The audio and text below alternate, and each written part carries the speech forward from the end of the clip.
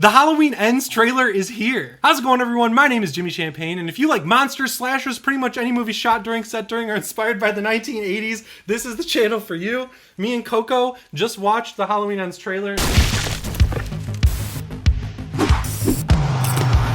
And before I jump into this one, I gotta give a huge shout out to my friend Dustin from Sacred Symbols. While I'm recording this video, he is screenshotting the trailer for me to help me get the video up faster. And also, guys, I am so close to 50,000 subscribers, so whether you're a new viewer or you've been here before, it would really help me out if you click the red subscribe button and set your notifications to all. But yeah, the Halloween Ends trailer dropped early because unfortunately, theater employees love leaking trailers these days because they get like 15 minutes of fame. I hate that because this time I was literally sitting down for a screening of Nope and the lights were about to fade. I saw the trailer dropped, like Jamie Lee Curtis tweeted it out, and I jumped up and I ran out of that theater. I drove home so fast, and now here I am. I'm gonna give you my initial thoughts on it and also break it down a little bit. But yeah, this is a really good trailer. Just like with Halloween Kills and Halloween 2018, this first teaser trailer is just the CinemaCon footage. It's what they showed all the press at CinemaCon, and just like with both of those movies, some details that we heard from the press in previous videos that I've talked about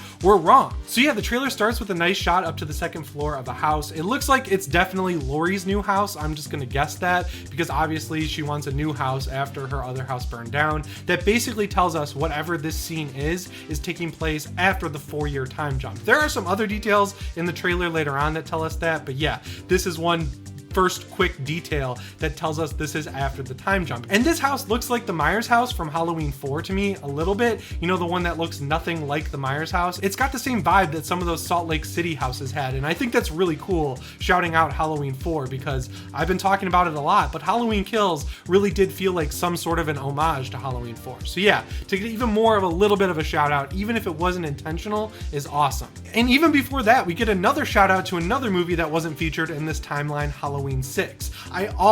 I absolutely love the intro to Halloween 6 with Mr. Sandman as it's Halloween and all the kids are running around. There's a nice little cul-de-sac. Despite the fact you can see mountains in the background, I'll never forget that you can see mountains in the background. But yeah, having that nice panning in shot of the small town Haddonfield streets with kids on Halloween night. I immediately noticed the kid in the sailor costume. You see him in Halloween 2018 during the one take, which is a little weird that he's in this movie because, again, it's 4 years later. Another thing I really got to give them credit for here is the sheer amount of Halloween decorations out on the street. They have improved this with every movie, and that's pretty impressive here considering it seems like the budget is a little bit lower for Halloween Ends than Halloween Kills, which makes a lot of sense because this movie is supposedly going back to the 2018 vibe where it's more like drama, tension, horror focused than being a full-on slasher fest. So it doesn't really require the same budget. But yeah, it's cool to see more Halloween decorations. You guys obviously know I love Halloween decorations because the office I film in here is decorated for Halloween all year long. And how can I not talk about that POV shot of Michael Myers walking up to the front door of the house and making his way in with the breathing noises? I have seen the comments, I've seen the tweets. People really wanted the heavy breathing from behind the mask back, and if this trailer is footage that's going to be in the movie as is, you got it. You've got a stalking scene of Michael Myers thinking he's stalking Laurie, but of course, because she's had so much experience fighting him, at this point, she's ready to get the jump on him. And I'll talk about the brutal fight in a minute because I want to focus on this. This is going back to what people want, I think. I know after Halloween Kills, people were kind of upset that there wasn't a lot of stalking Michael other than the intro set in 1978, but now it looks like we're going even farther back to make it look more like 1978 than what we saw even in Halloween 2018. He wasn't nearly as brutal in 2018 as he was in Kills, just because the sheer amount of kills in Halloween Kills, but he was still a lot more brutal than 1978. So to see this nice stalking shot, it's basically exactly what I and a bunch of other fans wanted. Also, John Carpenter's score here, it's that older style Halloween theme. It's not the new theme that's updated and a lot cleaner. It's got that little bit of fuzz to it that I love so much because it gives me the nostalgia feelings of staying up super late watching Halloween 4 on Fear Fest and having such a great time being scared out of my mind in October. I didn't mean for that to rhyme, and now it rhymed again. That's terrible. I'm sorry. I might cut this if I don't. I'm sorry I put you through that. I love that whoever's house this is, I'm not entirely positive it's Laurie's after watching the trailer again, is decorated for Halloween all over the inside. Not only are there jack-o'-lanterns, there's pumpkins everywhere. It gives me the fall feeling I have been complaining about not having in Halloween 2018 or Halloween Kills, or really any of the Halloween movies outside of Halloween 6 and the intro to Halloween 4. I really want that 90s feel to come back, and just looking, this is a tangent, looking at the monster cereals, the candies that are coming out this year, it looks like stores are realizing that people are finally ready to do Halloween again, and they're bringing back the nostalgic 90s stuff. And when I was a kid, everything was decorated everywhere on Halloween. Like streets in my neighborhood, they would close down for cars and they'd have like a DJ in the street and there'd be like fog everywhere. It was amazing. And this trailer finally brings back those feelings for me, which is exactly what I wanted from this trilogy. Like, you can go back to my videos before Halloween 2018 released, and I know I was saying similar stuff about that first trailer that had Halloween decorations everywhere. I was like, I hope this is throughout the rest of the movie. Unfortunately, it really wasn't, but now it looks like we're finally getting that. Again, I just hope this is throughout the rest of the movie. And guys, I gotta point out, the lighting on that shot of Michael Myers slowly pushing open the door with Laurie standing there with the gun pointing at him, very reminiscent of Dr. Loomis, obviously with Laurie Strode, but just, it looks so creepy, it's so good, it looks like a lot of actual thought went into it. I know a lot of people were expecting more craziness like Kills, but again, we have heard time and time again that this is a smaller movie, more akin to Halloween 2018, and everything I'm seeing in this trailer basically points directly to that. And I love how ready Laurie is. It's nice to see her, you know,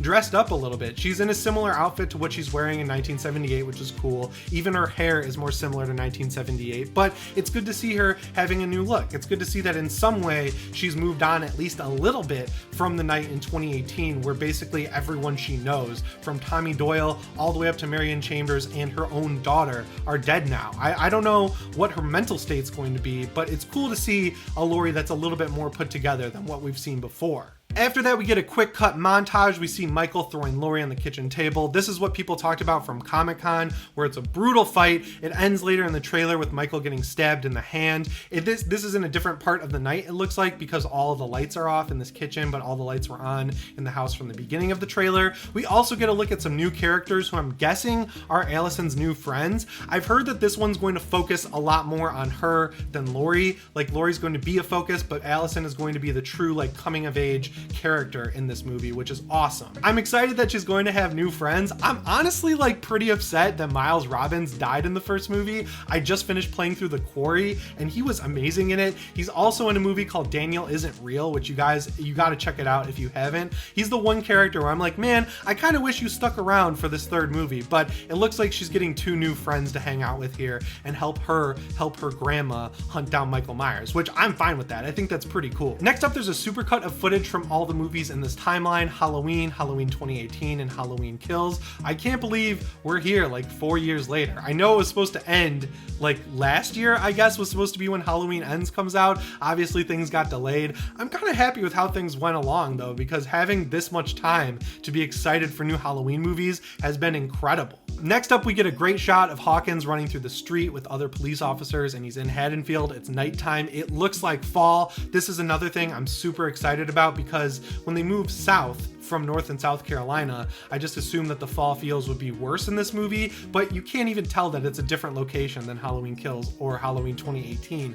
which those had two different locations anyway. It looks like fall, it looks cold out, and it gives me that crisp feeling that I would want out of a movie like this. Again, seeing Hawkins up and running around, that's great. I feel like he was an underutilized character in the first movie. Obviously in Halloween Kills, he's underutilized because he's bedridden after being stabbed in the neck by Dr. Sartain. So now we get to see him running around and helping Laurie and Allison hunt down Michael. That's going to be great, I think, as long as they don't kill him off in some stupid way like they killed so many of the legacy characters in Halloween Kills. Like, give this character a chance to breathe and have some moments. Like, let us see Laurie interacting with him, so if he does die, it actually has some impact, because if there's a 4-year time jump and we don't see their relationship developing, then if he dies, it's going to feel like another cheap death.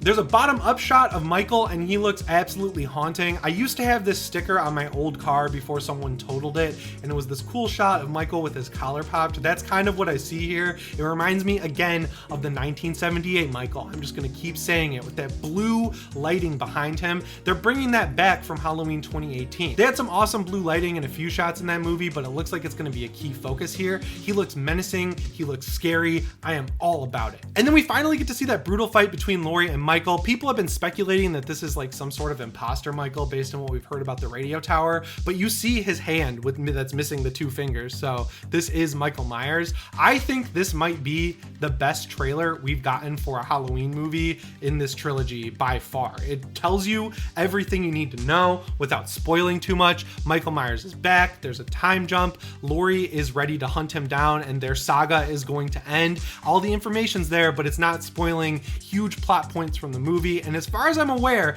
every big script leak that everyone else loves to talk about has been wrong so far. Like, we've heard rumors that Michael Myers is going to die in the first 5 minutes of the movie. That is clearly not true from what we're seeing here, since we see so many different shots of him at different times of day throughout Haddonfield. Of course, we've also heard there's going to be different villains. I hope they kind of keep that under wraps until at least the last trailer before the movie, or if they really want to go crazy, they could keep that under wraps until the movie actually comes out. Like, don't spoil the entire movie before it comes out. Challenge Universal, difficulty impossible. That's kind of what we're dealing with here. But yeah, I think this looks really damn good. All the things I was worried about, not really feeling like Halloween, the location change, not having enough Hawkins, it looks like they're addressing all of those different things. And guys, it looks like Michael Myers is only going to have one look in this movie, at least from this trailer. This lines up exactly with what I was teasing. It's the exact same costume as Halloween Kills, except it's a little moldier, a little dirtier, and a little more aged. I think it looks great,